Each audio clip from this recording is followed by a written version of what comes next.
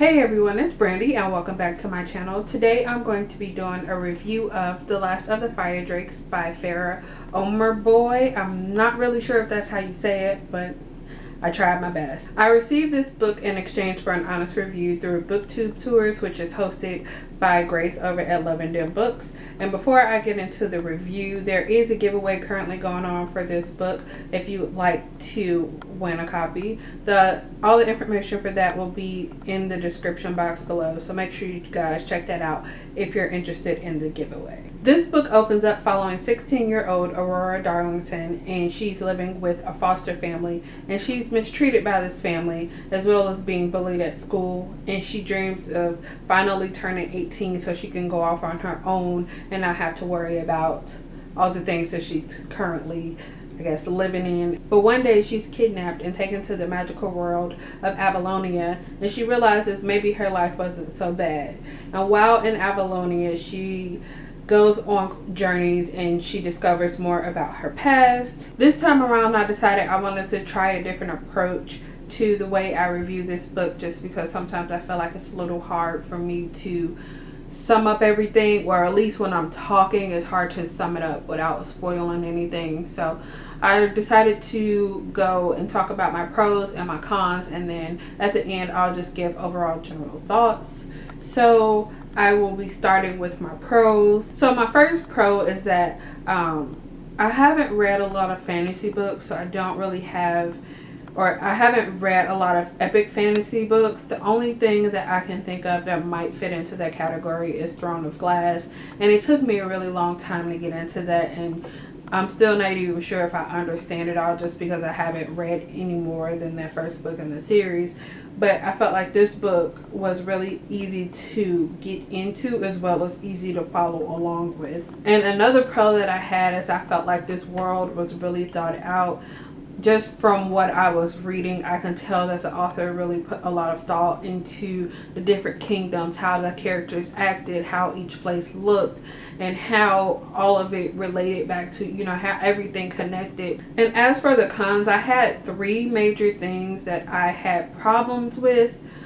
My main thing was that the characters were, I felt like the characters were way too trusting for me.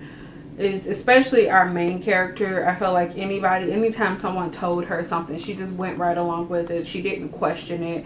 She didn't wonder if maybe something, you know, she didn't wonder if maybe something was wrong with what was happening, or somebody could have told her lies. She just went along with every single thing that anybody told her. The next thing that I really had a problem with there was no real sense of time. Each course of events took place over one day, because that's how it seemed.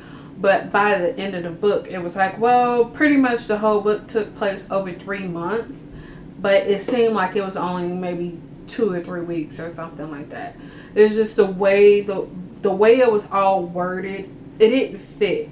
I would be reading, like, okay, say I was reading a paragraph, I would read one sentence, it was like the events had just happened, and then 3 sentences later the main character is talking about that same event like it happened weeks or months ago. I didn't really like that, just because it was hard to tell how long things were going on. I thought she was at one spot for maybe a week, and then months might have passed. It's just the timing was off for me, and it threw me off. I have one more thing that I wanted to talk about that I had a big problem with while reading, and that is the main character's decision-making skills. I've heard people talk about the reading characters who make the worst possible decisions that nobody would ever make.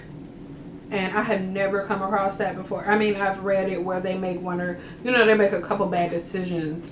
But this main character, it's like every time a decision came up, or anytime something came up where she had to choose between doing 2 different things, she always chose the worst thing that you could possibly do. And I think the author made her make those wrong decisions in order to create a conflict within the story. But I think there is a way to make conflict without the characters always making bad decisions. It didn't seem realistic that one person can make so many bad decisions. So overall, I ended up giving this book a 2.5 out of 5 stars, possibly a 3 stars, but I could not give it because I did enjoy the book, but I just couldn't give it a full 3 stars because of those things, because it's like they kept happening over and over and over, and it made me like be annoyed with this character, which took away my enjoyment level of the book, which is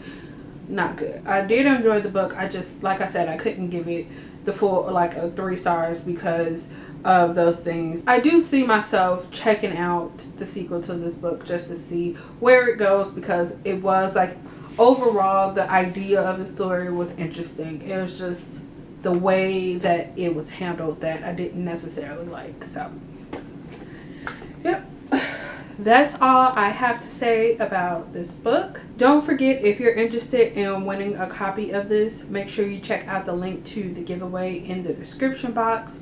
That's all I have for you today. Thank you for watching this video, and I will see you guys again in the next one. Bye.